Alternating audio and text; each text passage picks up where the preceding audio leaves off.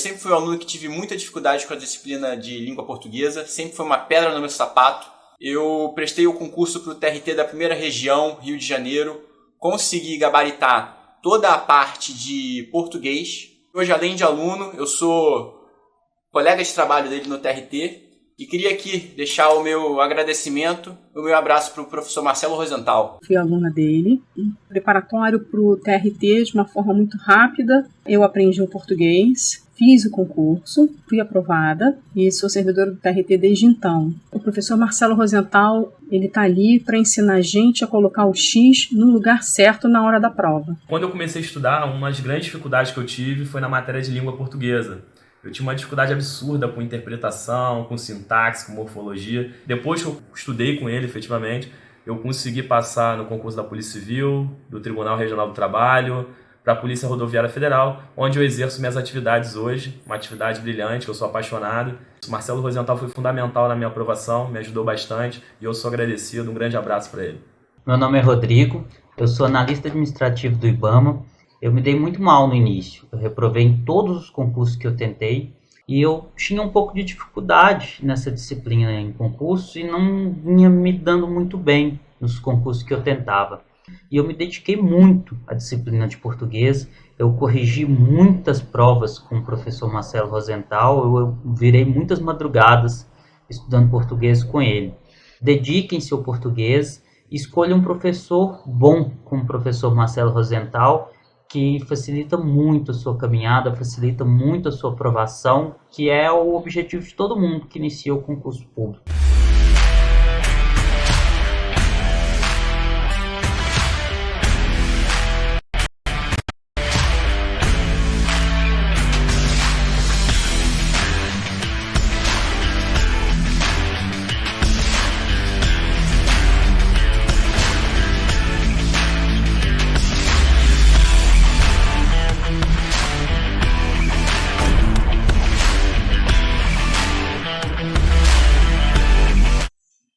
Salve, salve, galera! Estamos retomando aqui as nossas tradicionalíssimas lives. Que delícia, né?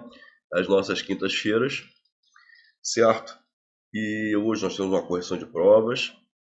Muito legal, uma prova muito bacana, muito bem feita. Pessoal, vocês sabem que um dos meus maiores defeitos é uma das minhas melhores qualidades, que é a sinceridade. Hoje essa aula é gravada. Por quê? Porque eu não estou no Rio de Janeiro. Tá? Essa aula é gravada. Mas eu não quis deixar vocês sem a aula, sem a tradicionalíssima aula. Tá legal? Então, hoje a aula é gravada e vai ter uma surpresa no fim, hein? Vai ter uma surpresa no fim. Então, fiquem até o fim da aula. Beleza?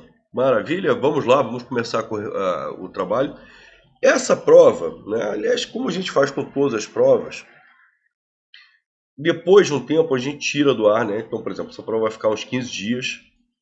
Quem quiser, por exemplo, assistir novamente a essa correção, pode assistir amanhã, depois, por umas 2 semanas vai ficar disponível no YouTube. Depois nós retiramos porque essa prova vai fazer parte do portfólio de provas comentadas do nosso curso, né? Então, cada banca tem muitas provas. A FCC tem muitas provas, a FGV tem muitas provas, a OCP tem muitas provas, CESP, SEBRASP também. Então, nós temos aqui também essa prova que vai ser trabalhada hoje. Ela vai entrar no portfólio dos bônus, né? Aqueles bônus de provas comentadas especificamente da banca CESP, SEBRASP. Beleza? Então vamos começar o trabalho. Então, para fazer isso, eu tenho que dar uns 5 segundinhos, tá? Para poder facilitar a edição, porque essa parte aqui, essa parte inicial, perdão, é da live. Depois eu faço esses 5 segundinhos aí para poder facilitar a edição. Aí hoje eu vou corrigir a prova inteira. Geralmente eu divido ao meio, mas como a aula é gravada hoje, vou até o final da prova. Eu me despeço como se eu estivesse me despedindo da aula comum. Aí retomo para falar com vocês, tá legal? E retomo a live. Beleza? Então vai ver, quando eu falo, ô pessoal, valeu, obrigado e tal, na realidade eu estou me despedindo da aula que vai ser da edição. E aí eu volto a falar com vocês na live. Beleza? Então vou dar os 5 segundinhos agora para a gente começar a correção da prova.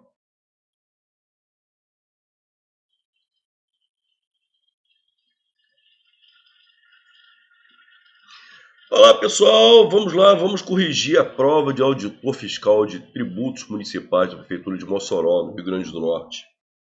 Terra Boa, Rio Grande do Norte. Tá? Maravilha. Então vamos lá, item a item. Na concepção defendida no texto, o preconceito precede a discriminação. O que significa preceder? Preceder significa vir antes. Tá? Então, preceder significa vir antes. Então, o que ele está querendo dizer? Que o preconceito vem antes da discriminação. E olha só, olha o que o texto diz. O preconceito é considerado por nós a matriz que origina o ato discriminatório. Então, pera lá, se algo origina outro elemento, outra ação, então primeiro vem o preconceito, né? Então, e depois vem o ato discriminatório. Então, o preconceito origina a discriminação, vem antes da discriminação, precede a discriminação. O ato discriminatório é uma consequência, um efeito do preconceito. Isso é enfatizado, é reforçado aqui, ó. Sem preconceito não existiria discriminação. Então fica bem claro aqui que existe uma diferença entre preconceito e discriminação. Tá? Então, o preconceito é a matriz, é o que dá origem, daí origina o ato discriminatório. Tanto é que para que exista a discriminação, tem que haver preconceito. Olha só que coisa curiosa, como é que é importante você conhecer os conectores. Qual é o conector? Qual é o valor semântico desse conector aqui? Preposição é a conjunção, a preposição é também um conector. E a gente só lembra como conector as conjunções, né? Mas a preposição é um conector importantíssimo. Qual é o valor semântico dessa preposição sem? A ideia é de condição, ou seja, sem o preconceito, ou seja, se não houver preconceito, não há discriminação. Então, olha lá, a consequência de haver ou não discriminação, ela depende, ela está condicionada, olha a ideia de condição, ao fato de haver preconceito. Então, primeiro tem que haver preconceito, para depois discriminação. Então, item 1, certo. Item 2. Segundo o texto, preconceito e discriminação são termos geralmente tomados como sinônimos. Até aí, muita gente faz isso mesmo. Tá legal? O texto realmente fala. São termos próximos, por vezes juridicamente parecem até a mesma coisa. Tá legal? Então, parece a mesma coisa. Beleza? Ótimo. Porque designam as mesmas coisas no mundo, aí está errado. O texto faz uma distinção clara entre preconceito e discriminação. Né, você vê? Mesmo assim, o preconceito pode ser definido como uma ideia de distinção, exclusão ou preferência. Então, uma ideia. Está no campo do pensamento. Certo? Já a discriminação diz respeito à ação. Então, olha lá, está no campo da ideia, do pensamento, do sentimento. E o outro está no campo da efetivação. Você efetiva aquilo que você pensa. Tá? Então, o preconceito é uma opinião. Você pode guardar para você próprio, não expor para ninguém. A discriminação não, é um comportamento real e efetivo. Então eles não designam a mesma coisa no mundo, são coisas diferentes. Tá? Um está no campo da ideia, do pensamento, do sentimento, do entendimento das coisas. Um pensamento absurdo, errado e tal, bastante estar nesse campo. Eu estou raciocinando de acordo com o texto, hein, gente? Tá legal? Eu estou trabalhando em cima da intelecção baseada nas informações que o texto oferece, tá? Que o texto está fornecendo. Então, de acordo com o texto, O preconceito está nessa ideia. Está no campo das ideias, está no campo do pensamento, está no campo do sentimento. Tá? E a discriminação não. A discriminação é uma coisa que vai além. Tá? Que é a ação efetiva. É você fazer alguma coisa por conta do preconceito. Então, aliás, veja bem, até uma coisa interessante a questão da língua portuguesa. Discriminação, certa palavra discriminação, termina nesse sufixo, são, nesse sufixo. O que significa sufixo, são? É ato de, ação de. Então é ação de discriminar. Tá? Então, lógico que são coisas que o texto trata de forma completamente diferente. Ele faz uma distinção entre as duas coisas. Não designa as mesmas coisas do mundo. Não, um fica no campo. O autor não está dizendo que o preconceito é uma coisa certa. Ele só está dizendo que um está no campo e o outro está em outro campo. Tá? Depreende-se do texto que legalmente o preconceito é tipificado como crime. Olha só. Você pode contestar. Ah, Rosentão, mas para mim preconceito é crime. Gente, veja bem.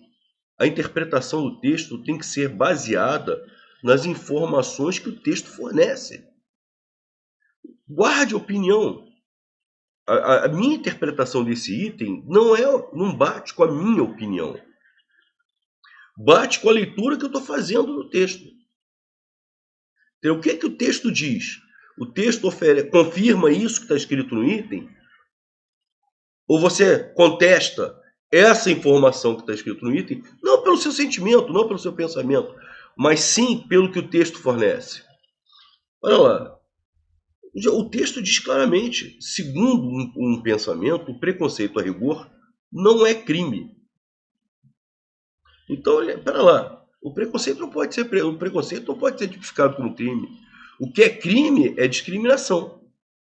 Então, quando se torna uma ação concreta ou uma afirmação pública, então qualquer ato concreto, tal ato pode ser uma agressão, pode ser um assassinato, enfim. Mas não só isso. Basta você falar. Quando você fala, quando você expressa, aí deixa de ser preconceito e passa a ser um ato de discriminação. Então a exposição, sim, aí sim é um crime. Só que isso não é mais preconceito. Isso está em outro campo, que é discriminação. Passa a ser discriminação. E a partir daí é alvo da lei. É alvo da lei. Então, enquanto você tinha aquele sentimento, aquele pensamento, aquela ideia, mas guardava para si, não seria crime. A partir do momento que você expressa o pior, faz coisas ainda piores, aí sim, deixa de ser preconceito e passa a ser um ato discriminatório. Tá? Então, item 3 errado. Então, segundo o texto, de acordo com o texto, preconceito não é crime. O que é crime é discriminação. Item 4. Conforme se entende do texto, a discriminação é caracterizada como ação real e efetiva, e não uma simples ideia ou um simples pensamento de distinção, exclusão ou preferência. Sim, é exatamente o que o texto diz. Tá? Olha lá. O que distingue exatamente uma coisa da outra, tá? É que o preconceito é um sentimento, é uma ideia, e de repente você não expressa para ninguém, você guarda para você. A partir do momento que você pratique alguma ação, e essa ação pode ser simplesmente xingar alguém em função de um preconceito racial, religioso, seja lá o que for. Aí já não é mais. Em função de, você vê, a causa é o preconceito. Mas a ação é xingar. Basta isso, não precisa ser muita coisa não. Já é crime. Então, a discriminação é uma ação real e efetiva. E o preconceito seria um simples pensamento. Olha lá. O preconceito pode ser definido como uma ideia, um pensamento de distinção, exclusão ou preferência. Sim, baseado em alguma coisa. Já a discriminação diz respeito à ação. A ação. Então você tem um sentimento de preconceito, a partir do momento que você age, deixa de ser preconceito, né? E passa a ser uma discriminação. Preconceito é uma opinião. A discriminação é um comportamento real e efetivo. Sendo um pensamento, o preconceito, então, não é, na concepção do autor, não é crime. Agora, quando se torna uma ação concreta ou uma afirmação pública, olha só, eu falo, ação concreta não precisa ser, você não precisa agredir, matar para se efetivar a discriminação, não. Basta que haja uma afirmação pública.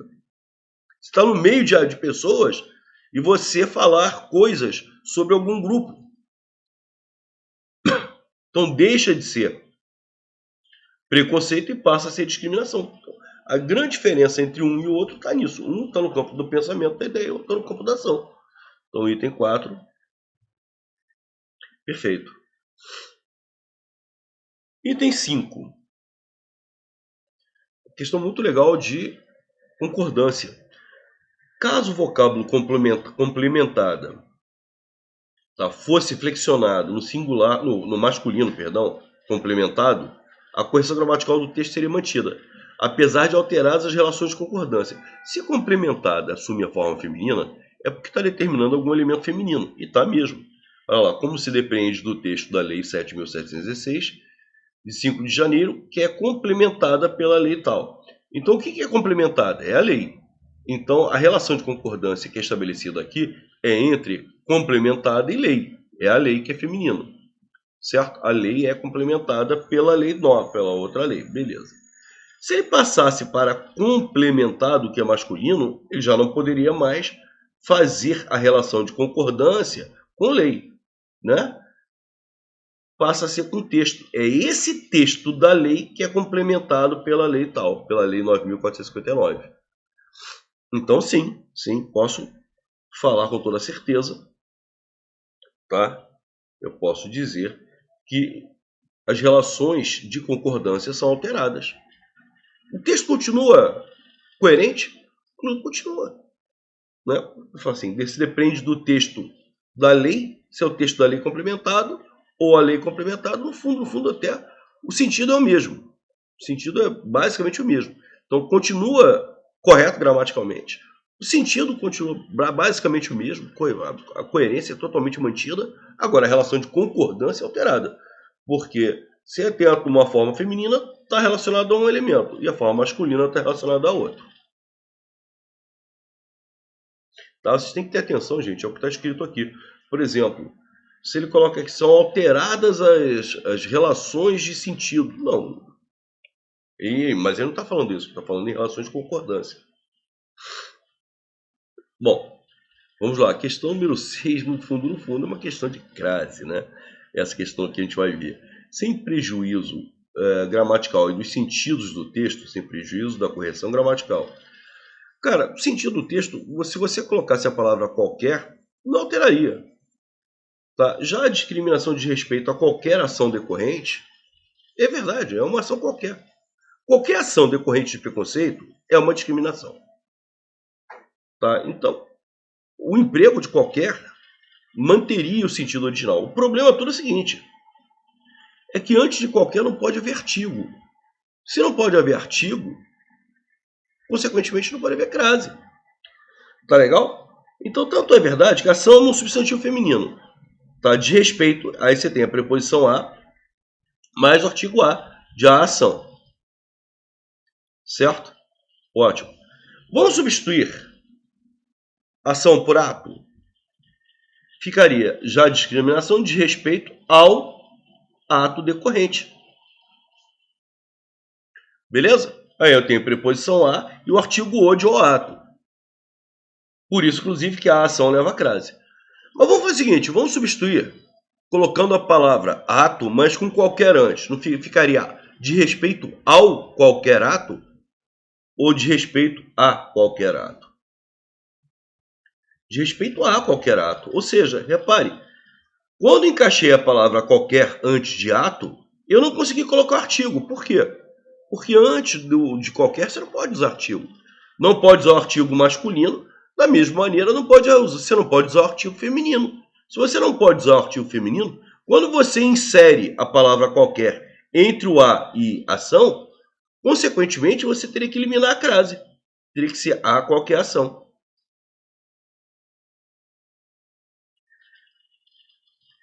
Por isso que esse item 6 ficou errado.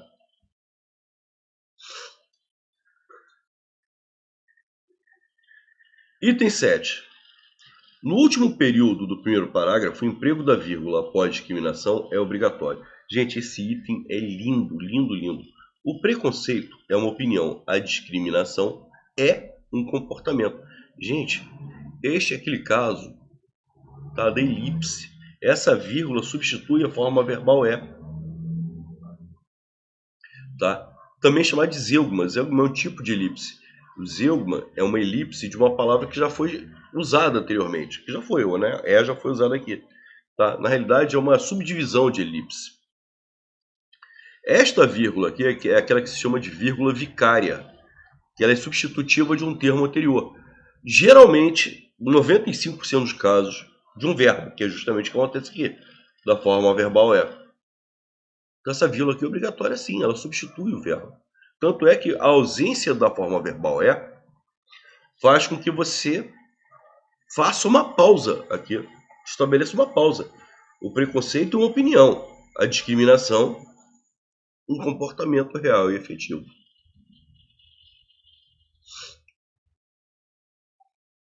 Certo?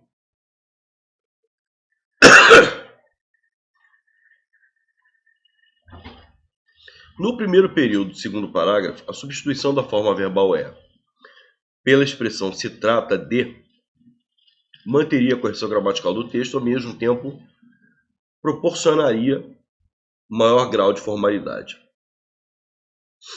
Gente, olha só. Para a gente utilizar não se trata de ou trata-se de, tanto faz com não, ou simplesmente trata-se, você tem que indeterminar o elemento. O que aconteceu ali? Trata-se de um acidente. Tá? A gramática não permite que, nesses casos, você tenha um sujeito para o verbo tratar. Isso se trata de um acidente, por exemplo. Está errado. Tá? Porque a ideia é exatamente indeterminar. Quem trata de alguma coisa, de um acidente, objeto indireto. Você tem verbo transitivo indireto com pronome se, esse se é índice de determinação do sujeito. Entendeu? Então a gramática aí, nesse caso, não permite que eu tenha um elemento que pratique a ação de tratar de alguma coisa. Então o verbo tratar, quando tem sentido de haver, de ocorrer, tá? Que é o caso aqui, ele não pode ter um sujeito. E o problema todo é que ele tem. O preconceito não é, olha lá, o preconceito não é crime. O preconceito é sujeito, eu tenho o verbo ser de ligação, crime é predicativo. Eu teria o preconceito, não se trata de um crime. Aí tá errado. Se a frase fosse simplesmente, isso aqui, bom, beleza. Não se trata de um crime. Não se trata. Eu comecei uma nova frase. Não se trata de um crime. Agora, se a frase fosse, isso não se trata de um crime, estaria errado. Isso aqui, ponto. Coloquei, separei. Aí tudo bem. Dê ênfase. Tá. Mas se eu juntasse tudo, estaria errado. Por quê? Porque o verbo tratar, nesse sentido, não pode ter pessoa. Tá? Então, é justamente o que acontece. É uma regra gramatical que isso aqui já caiu, inclusive, algumas vezes na Banca Sebrasp, já caiu algumas vezes na ESAF. Então, muita atenção a esse tipo de situação. Tá? Quando você fala, isso não se trata de um problema político. Agora, se eu falasse, essa atitude não se trata de um problema político, opa, está errado.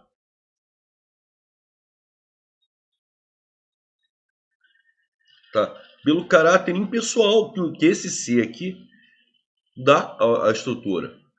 Ele exerce uma função de indeterminar mesmo quem vai fazer a coisa.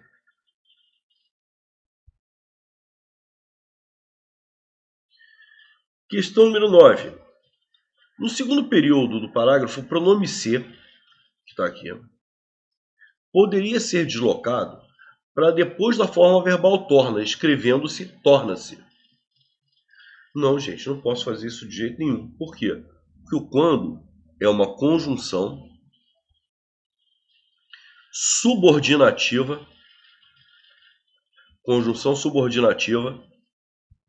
temporal. E todas as conjunções subordinativas atraem o pronome oblíquo, ou seja, a próclise, o pronome oblíquo aparecendo antes do verbo, a próclise é obrigatória. Então, se eu pegar esse pronome oblíquo e deslocar para depois do verbo, isso é um erro gravíssimo, crasso. Tá? O quando atrai o pronome oblíquo. Se fosse a conjunção coordenativa, por exemplo, conjunção adversativa, mas, porém, contudo, essa já não atrai necessariamente. Aí você pode deslocar. Mas tratando-se que a gente está falando, tratando-se de uma conjunção subordinativa, tá? Aí que sim, a conjunção subordinativa faz valer essa força atrativa. Então, o certo é quando se trata. Então, o deslocamento é totalmente proibido. Errado. Questão número 10. No segundo parágrafo, o termo preconceito é o referente do sujeito das formas verbais torna, passa e é. Vamos lá? Segundo um pensamento, o preconceito a rigor não é crime. O preconceito não é crime. Então, o sujeito da forma verbal é já é o preconceito. Quando o preconceito se torna uma ação concreta, sim, então o sujeito do verbo tornar é o preconceito. Quando o preconceito se torna uma ação concreta ou uma afirmação, o preconceito. Então, olha lá, então, o preconceito é implícito aqui, ó. O preconceito passa a ser uma discriminação. E a partir daí, o preconceito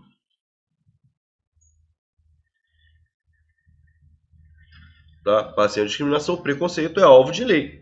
Ele é alvo de lei a partir do momento em que haja uma ação e se transforma em discriminação. Né? Então, o preconceito é alvo da lei quando? Quando há uma ação concreta se tornando em uma discriminação. Então, o preconceito é alvo da lei só nesse caso, quando ele se concretiza em ação. Então, certo. Ele é o sujeito disso tudo aí. Beleza? Maravilha, galera. Vamos lá.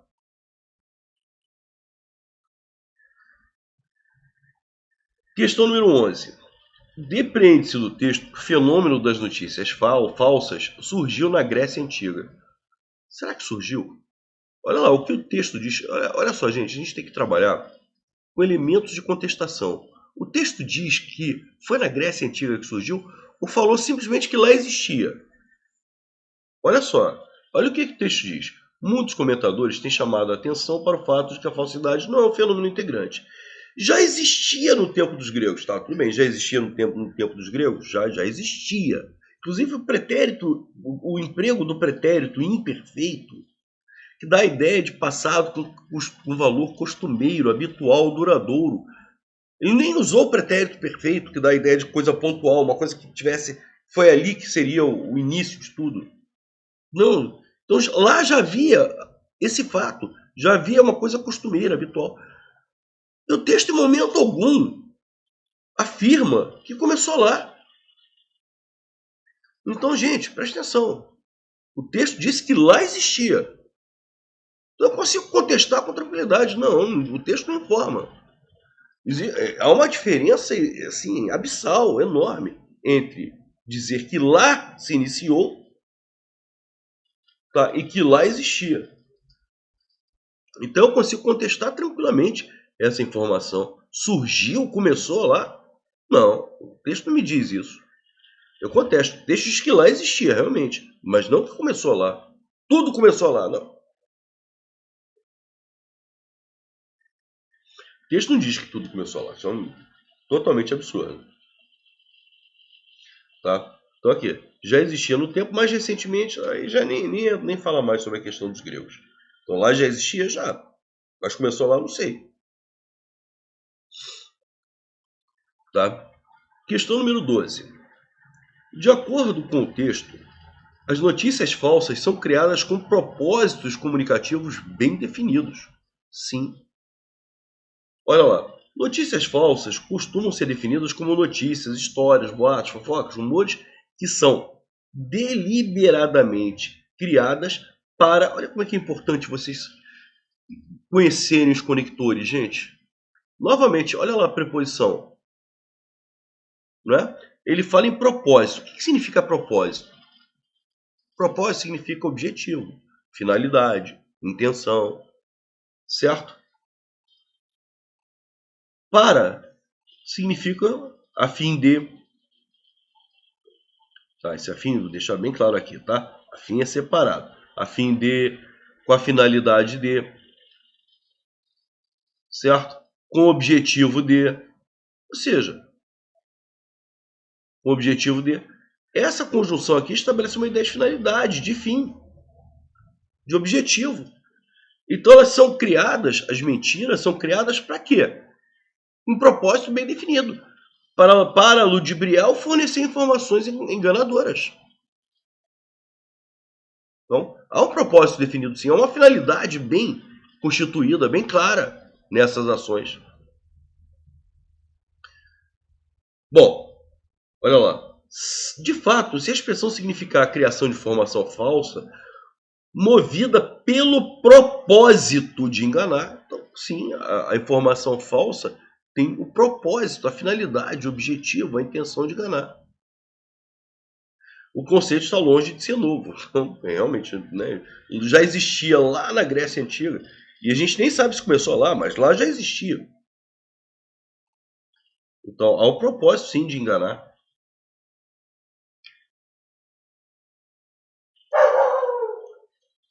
Questão número 13. No texto predomina o tipo textual expositivo. Gente, o que é? Existem dois tipos de dissertação. A dissertação pode ser expositiva e pode ser argumentativa. A argumentativa é quando você tem a finalidade de argumentar. Você tem a finalidade de convencer alguém sobre o seu pensamento. No texto expositivo, na argumentação expositiva, você tem muito mais a finalidade de ensinar. Então, por exemplo, você tem vários elementos aqui que claramente você vê que esse texto foi redigido por uma pessoa que é especialista no assunto, que é uma pessoa que é perita no assunto. Não é? Primeiro, ele foi buscar informações dizendo, olha, fake news, a ideia da notícia falsa, da notícia mentirosa, ela não nasce aqui, ela já existia lá na Grécia Antiga. Então, você vê que ele vai buscar elementos que se fosse um leigo não saberia. Muito mais tendo esse propósito mesmo, de ensinar o leitor, olha, isso que agora virou moda, todo mundo falando, isso aqui não é coisa nova. E ele vai ensinando, vai mostrando ao leitor que é uma ação antiga, que já existe há muito tempo. Então isso claramente, tá, mostra conhecimento sobre o tema. Depois tem um outro elemento aqui, ó. Em quaisquer dos casos, são mensagens de forte apelo visual. Olha só. Então, a ideia de definir o que é cujas chamadas são tão inacreditáveis que se tornam irresistíveis. Então o negócio é tão maluco, que você acaba não resistindo e clicando ali para saber o que é aquilo. Então olha lá, como é que ele define, como é que se faz para atingir o público. Então esse tipo de definição, mostrando como é que nasce, como é que a coisa se propaga, tal, não tem finalidade de fazer com que você argumente, tentar convencer você, não. Está tentando mostrar, está tentando explicar para você como é que funciona. Como é que funciona o sistema de divulgação das mentiras falsas. Se está tentando ensinar, está tentando esclarecer, está tentando explicar, e o texto sendo redigido, né, por alguém que seja especialista, tá? Então, aqui, por exemplo, até pelo nome do texto, né, a Lúcia, no caso a autora, não é? Então, você vê que isso aqui faz parte até de um livro, a pós-verdade é verdadeira ou falsa. Você vê que ela é uma pessoa que vem estudando, vem pesquisando sobre o tema. Não é? Você vê em vários momentos que sabe-se também como as estratégias de sedução e persuasão das revistas sempre funcionaram. Você vê que ele foi buscar exemplos em outras situações, né? Inclusive, a gente acha que fake news nasceu com a internet. Não, as revistas já faziam isso. Na Grécia Antiga já se fazia isso. Então, você vê que ele vai buscar elementos para confirmar. Ela foi buscar elementos para confirmar isso. Aqui, ó, o conceito está longe de ser novo. Basta pensar na longa história dos tabloides, tá? Das fofocas acerca da vida das celebridades. Tá? Então, por aí você vê que a autora ela mostra, ela ensina aos leitores que esse conceito, inclusive de divulgação dessas mentiras falsas, ela, na realidade não é um conceito novo, só se adaptou às novas ferramentas, né? Com a tecnologia e tal. Houve uma adaptação a essa nova situação. Mas novo isso não é. E aí foi provando isso. Porque como é que ela consegue fazer isso? Pela experiência, pelo estudo, pela pesquisa que ela fez sobre isso. Então ela é uma especialista do tema. E a finalidade do texto, muito, muito claramente, tá? A intenção do texto é muito mais ensinar, por isso que é um texto expositivo. Ele é um texto escrito por um leitor, por uma autora que é uma perita no tema, que pesquisou, que estudou muito para poder escrever esse texto, para leitores que são leigos no tema. Sim. Certo. Questão 14.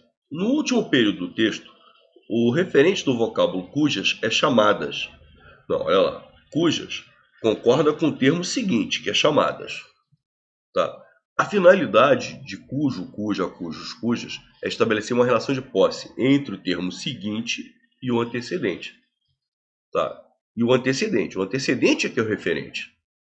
Na realidade, tá? O cujas, embora concorde com o termo seguinte, o cujas tem como antecedente mensagens. São as chamadas dessas mensagens que são tão inacreditáveis que se tornam irresistíveis. Tá? Então, por exemplo, os autores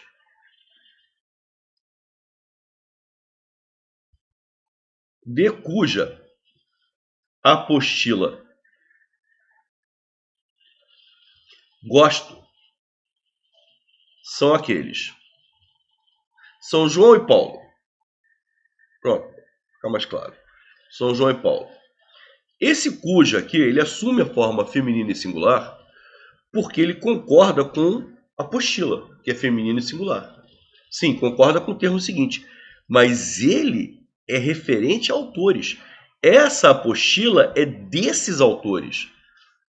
Eu gosto da apostila desses autores. Então estabelece uma relação de posse entre o termo seguinte, que é apostila, e o antecedente, que é autores. Então o referente de cuja aqui é autores. Da mesma forma que o referente de cujas aqui não é o termo seguinte, mas sim mensagens. São as chamadas dessas mensagens. Essas mensagens possuem chamadas. Tá? Essas mensagens possuem chamadas. E essas chamadas são tão inacreditáveis que se tornam irresistíveis. Você não aguenta.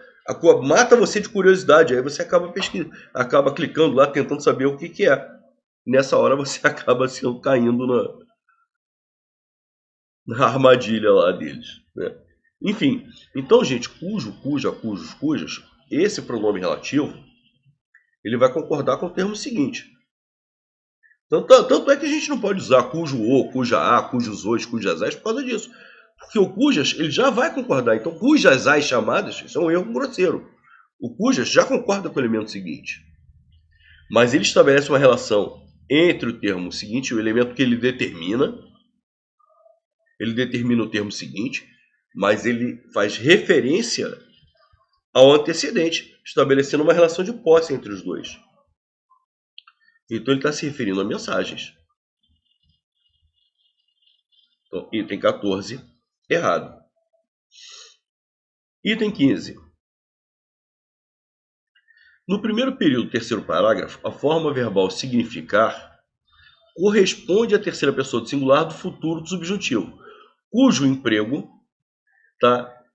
Olha lá, é a mesma coisa. Esse cujo, repare, está se referindo à palavra emprego. Está concordando com a palavra emprego. Se vê que emprego é masculino e singular e cujo é masculino e singular. Mas ele está se referindo à forma verbal. É emprego dessa forma verbal. Beleza? Então, o referente dele, o antecedente dele é isso aqui, ó, a forma verbal. Bom, voltando aqui. Cujo emprego, no caso, se deve ao uso do futuro, ao uso do conectivo ser. Gente, até chamo a atenção de vocês, sempre que o verbo terminar em R, R-E-S, R-E-S, R, R-M-O-S, R-D-E-S ou R-E-M, tá? O verbo pode estar no futuro do subjuntivo ou pode estar no infinitivo pessoal.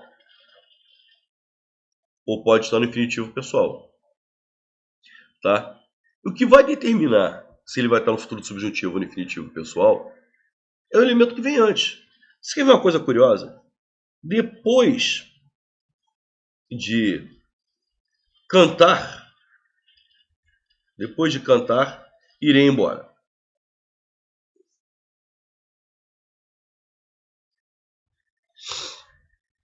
E depois que cantar, irei embora. Bom, são duas frases praticamente iguais, significam a mesma coisa, mas posso dizer uma coisa para vocês? Essas duas formas verbais estão em tempos diferentes. Estão. Rosenthal, como é que eu determino, então? Como é que eu faço para saber se o verbo está no futuro do subjuntivo ou infinitivo pessoal? Na realidade, pessoal, os verbos ficam exatamente iguais no futuro do subjuntivo e no infinitivo pessoal. Por exemplo, o verbo cantar, vender, partir, tá?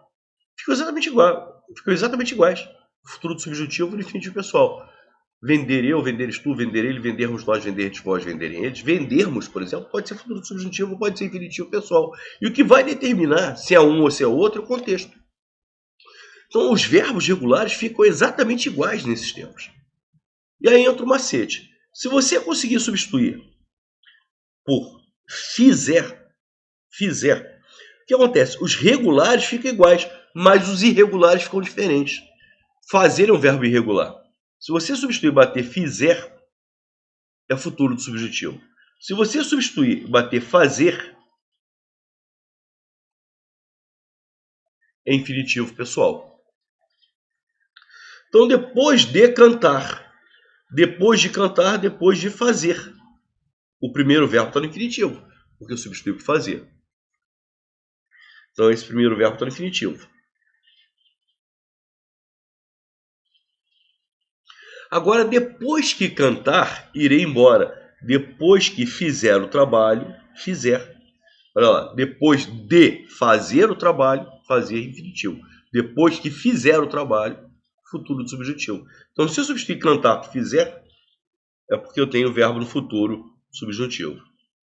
Então, o que determina é o contexto. O depois de levou o verbo para o infinitivo e o depois que levou o verbo para o futuro do subjuntivo. Beleza? Ótimo. Vamos ver na frase. Se a expressão significar, vamos substituir por fazer ou fizer? Se a expressão fazer sentido, se a expressão fizer sentido. Olha lá, o verbo terminou em R, certo? Poderia estar no futuro do subjuntivo ou poderia estar no infinitivo pessoal. Beleza? Se a expressão fizer sentido. Então, como eu substituí e bateu fizer, este verbo está no futuro do subjuntivo. Beleza? Então, realmente está no futuro do subjuntivo, como ele está falando. Agora, por que ele está no futuro do subjuntivo? Porque se a frase fosse antes de isso significar aquilo, antes de isso fazer sentido. Se a frase fosse isso, fosse assim, antes de isso significar, antes de isso, fazer. Este verbo estaria no infinitivo.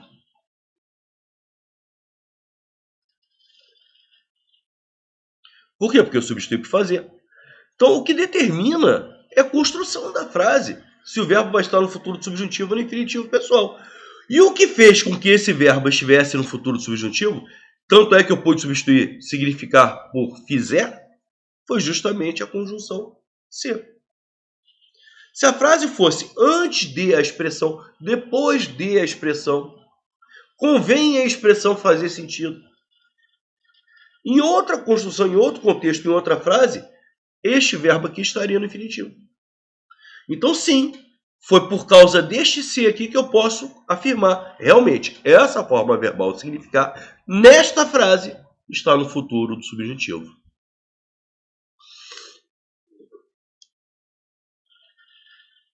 Beleza? E a saideira da prova. No terceiro parágrafo, as formas verbais basta e sabe-se atuam como elementos articuladores do texto, tá? Com a finalidade de ocultar o sujeito gramatical? Não está ocultando o sujeito gramatical em nenhuma das duas construções. Basta isso. Basta isso. Isso basta. O sujeito do verbo bastar é esta oração que começa no verbo pensar. É uma oração reduzida, reduzida em infinitivo. Isso basta, né? Isso é sujeito. Se isso é sujeito, esta oração aqui é uma oração subordinada substantiva subjetiva. O que significa a oração ser subjetiva? Significa que esta oração aqui é o sujeito da oração principal. Então, o sujeito do verbo bastar é um sujeito oracional. Oracional. Tá? Então, o sujeito gramatical existe. Ele não está ocultado, não. Ele não sofre isso aqui. Isso aqui está errado. Só por aí já estava errado. Mas depois continua errado. Sabe-se também isso. Mesma coisa. Né? Sabe-se, está aqui. Sabe-se isso. Quem sabe alguma coisa. Isso exerceria a função de objeto direto. Então eu tenho o verbo transitivo direto mais o pronome ser. Verbo transitivo direto mais o pronome ser. Voz passiva sintética. O que acontece quando nós temos uma estrutura em voz passiva sintética? Este termo que exerceria a função de objeto direto assume a função de sujeito. Novamente sujeito oracional, porque é o sujeito que começa no como. Tá legal? É um sujeito oracional, sim. Esta oração aqui também é uma oração subordinada substantiva subjetiva. Ou seja, esta oração que começa no como exerce também a função de sujeito de sabe-se. Nós temos dois casos de sujeito oracional. Tá? Dois casos de sujeito oracional. E no segundo caso, que determina. Se eu não tivesse o ser, a segunda oração seria objetiva direta. Se a frase fosse assim, por exemplo, ele sabe também como as estratégias, tal. Essa oração que começaria no como desempenharia a função de objeto direto do verbo saber. Beleza? Mas o que você tem? Sabe-se que é verbo transitivo direto com pronome ser. Isso caracteriza a voz passiva sintética ou pronominal. E na voz passiva sintética ou pronominal, aquele elemento que desempenharia a função de objeto direto assume a função de sujeito. Tá? E no caso, a oração que seria objetiva direta, ela passa a funcionar como sujeito, ela passa a ser subjetiva. Então, nos dois casos, o sujeito não está oculto. Não, o sujeito é explícito. Por isso que esse item é errado. Questão muito bonita, por sinal. Maravilha, galerinha. Com essa questãozinha, nós encerramos a correção da prova. Falou, pessoal. Um abraço.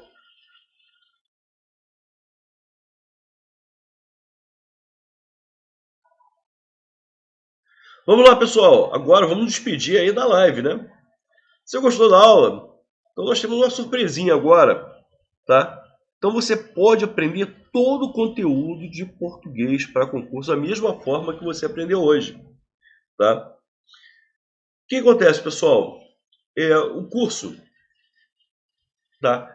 Como o nosso curso já existe há algum tempo, né? Já existe há 6 anos. Alguns alunos vão, alguns renovaram, fizeram renovação vitalícia, outros completaram, já passaram em concurso, enfim, outros alunos seguiram sua vida e vêm abrindo vagas. Tá? As vagas, no momento, estão encerradas, mas volta e meia, amanhã pode ser que um aluno saia do curso porque passou em concurso, enfim. Então, nós estamos agora, mesmo não havendo vaga, nós estamos fazendo lista de espera para aquelas pessoas que estejam interessadas em entrar no curso. Tá? Por quê? Porque nós, como existimos, então sempre alguns alunos estão saindo, por óbvio. Uns vão passando, outros, infelizmente, perdem interesse no concurso, mas a maioria sai porque passou em concurso. Tá? Já atingiram o objetivo deles e acabam se desligando do curso. Tá? Então, esse aluno saindo, né, não fez a renovação, vitalícia e tal, abre uma vaga. Abrindo uma vaga, pronto. Então, hoje, no momento, nós estamos com as matrículas encerradas, concluídas. Né? Mas nós estamos abrindo sempre lista de espera. Basta você se inscrever em portuguesparacconcurso.com.br. Tá? Lembrando que o curso funciona, curso tem 50 horas de videoaulas, tá? Material em PDF, simulados mensais. Todo mês nós temos um simulado, tira dúvidas e muitos bônus. Tá? Inclusive um dos bônus que é o acesso direto a mim pelo WhatsApp. Tá? Outro bônus de provas comentadas. Nós também temos um curso básico. Você, ao adquirir o curso avançado, você tem direito ao curso básico. São mais 40 horas. Aquele aluno está muito tempo sem estudar. Você pode assistir a aula pelo computador, pelo tablet, pelo celular, enfim. E aqui nós temos o programa completo do curso avançado. Tá? Programa completo. Lembrando que você pode, quando você adquire o avançado, um dos bônus é o próprio básico. Beleza? Olha lá, como eu falei, mentoria em grupo no WhatsApp, o curso português básico, olha os bônus. Questões comentadas das bancas, inclusive Sebrasp, que é o que nós corrigimos hoje. Enfim, questões comentadas da FCC, FGV e assim vai. Isso tudo aqui, tá? A diferença entre complemento e adjunto que a gente colocou à parte, enfim, isso tudo aqui é de bônus. Beleza? O preço está aqui. Tá? Os valores são promocionais. Tá? Então, por um ano, enfim, se você quiser fazer aqui o vitalício, os preços estão aqui. E qualquer dúvida, tá? As matrículas no momento estão encerradas, mas qualquer dúvida que vocês tenham, entrem em contato com esse número aqui. Então, para você entrar na lista de espera, basta entrar aqui, portuguesparacconcurso.com.br. Tá? E o valor, a dúvida, eu acho que esse traço aqui está errado, acho que. Tá? 21972515848. Beleza? Esse valor acho que é o contrário, está traçado aqui em cima. Tá? O valor acho que é esse aqui, ó. Beleza? Eu como divulgador de curso, sou lamentável. Tá? Mas enfim, qualquer dúvida, vocês entrem em contato com esse número, 21972515848. Esse número só funciona com o WhatsApp, não adianta telefonar para ele. Tá legal? Tem dúvida? E assim, então a gente está colocando agora sempre vocês nas listas de espera por conta exatamente disso. Muita gente está interessada. Repito, nesse momento nós não temos vaga, mas pode ser que abra amanhã, depois de amanhã, enfim. Então, você tendo interesse em ingressar no nosso curso, o caminho é esse. Valeu, galerinha, maravilha, foi um prazerzaço retomar nossas tradicionalíssimas lives. Valeu, pessoal, um grande beijo, um grande abraço e até a próxima. Olá, pessoal, aqui é o William Douglas, juiz federal, professor, escritor, também conhecido por muita gente aí carinhosamente como guru dos concursos. Eu estou aqui para falar sobre concurso. Eu tenho o privilégio de conhecer vários dos melhores professores de língua portuguesa desse país. Tá? Essa convivência de concurso, de editora ímpetos, de convívio com associações de concurseiros, de viagem, eu realmente sou um privilegiado. E dentre os melhores professores do país, nós temos um cara chamado Rosenthal. Olha, Marcelo Rosenthal é o cara, tá? Vocês realmente vão estar nas mãos dele com um dos melhores professores do país, alguém que eu confio, alguém que você pode ter certeza que vai fazer você chegar muito longe. Meu nome é Rodrigo Nunes, comecei a estudar para concurso público em 2008. Eu era analista de sistema, trabalhava com desenvolvimento de software e em determinado momento eu cansei da atividade privada e tentei buscar o sonho aí de ser policial, né? Escolhi essa carreira, que é uma carreira que eu sempre fui apaixonado, e decidi estudar para os concursos da área policial, aí, especificamente para a Polícia Rodoviária Federal. E quando eu comecei a estudar, uma das grandes dificuldades que eu tive foi na matéria de língua portuguesa. Eu tinha uma dificuldade absurda com interpretação, com sintaxe, com morfologia, e eu acredito que essa seja a dificuldade da maioria dos candidatos aí, uma das principais dificuldades que o candidato tem quando começa a estudar. Desde então eu busquei vários e vários professores para tentar aprender essa disciplina, até que eu encontrei um professor chamado Marcelo Rosenthal, que finalmente conseguiu me fazer entender o português, me ensinou efetivamente como é que eu começo a fazer uma questão, como eu começo qual é o ponto de partida para você resolver uma questão de português, e me ajudou bastante. Depois que eu fiz o curso com ele, que eu estudei com ele efetivamente, eu consegui passar no concurso da Polícia Civil, do Tribunal Regional do Trabalho, da Polícia Rodoviária Federal, onde eu exerço minhas atividades hoje, uma atividade brilhante, eu sou apaixonado. E é isso, Marcelo Rosenthal foi fundamental na minha aprovação, me ajudou bastante e eu sou agradecido, um grande abraço para ele. Oi pessoal, meu nome é Ana, eu sou servidora aqui do TRT do Rio. Eu queria falar para vocês como eu sou agradecida ao professor Marcelo Rosenthal, de português. Em 2004, foi a primeira vez que eu fui aluna dele, e preparatório para o TRT de uma forma muito rápida, eu aprendi o português, fiz o concurso, fui aprovada, e sou servidora do TRT desde então. Eu recomendo muito o curso do professor Marcelo, principalmente da forma como ele dá as suas aulas. Os exemplos que ele usa, a forma da didática dele, a gente não esquece. Já são 14 anos que desde a primeira vez que eu fui aluna dele, e eu consigo me lembrar ainda dos exemplos em sala de aula que ele dava. Então eu digo para vocês que é um professor de qualidade, é um professor que de uma maneira muito tranquila, às vezes engraçada, nos passa todo o conteúdo que a gente precisa para tirarmos uma boa nota na prova de português nos concursos. Então eu recomendo, já fui aluna dele depois em alguns cursos online e são tão bons quanto o curso presencial. Então eu digo a vocês, boa sorte, estudem português, sim, dá para aprender, eu aprendi, então todo mundo pode aprender. E o professor Marcelo Rosenthal está aqui para isso, para ajudar a gente a fixar o português. Como ele mesmo diz, ele está ali para ensinar a gente a colocar o X no lugar certo na hora da prova. Estou vindo aqui para deixar o meu relato com relação à experiência que eu tive com o curso de língua portuguesa do professor Marcelo Rosenthal. Eu sempre fui um aluno que tive muita dificuldade com a disciplina de língua portuguesa, sempre foi uma pedra no meu sapato, assim como eu acho que é a pedra no sapato de muitos alunos concurseiros aí que estão nessa vida de concurso público. Eu prestei o concurso para o TRT da primeira região, Rio de Janeiro, consegui gabaritar toda a parte de português, continuo estudando, não parei, ainda sou aluno do professor Marcelo, só que hoje, além de aluno, eu sou colega de trabalho dele no TRT e queria aqui deixar o meu agradecimento e o meu abraço para o professor Marcelo Rosenthal. Olá, meu nome é Rodrigo, eu sou analista administrativo do IBAMA e eu vou contar um pouco sobre a minha história no mundo dos concursos. Eu iniciei minha preparação de forma mais séria no ano de 2011 e, como a maioria dos concurseiros, eu me dei muito mal no início. Eu reprovei em todos os concursos que eu tentei, até que no final do ano de 2012 eu conheci os professores Marcelo Marcos e Rodrigo Menezes, e com eles uma série de ótimos professores, entre eles o professor Marcelo Rosenthal, de português. O professor Marcelo tem uma forma que eu considero muito correta de trabalhar a matéria.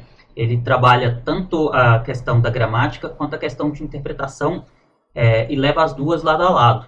E eu tinha um pouco de dificuldade nessa disciplina em concurso e não vinha me dando muito bem nos concursos que eu tentava.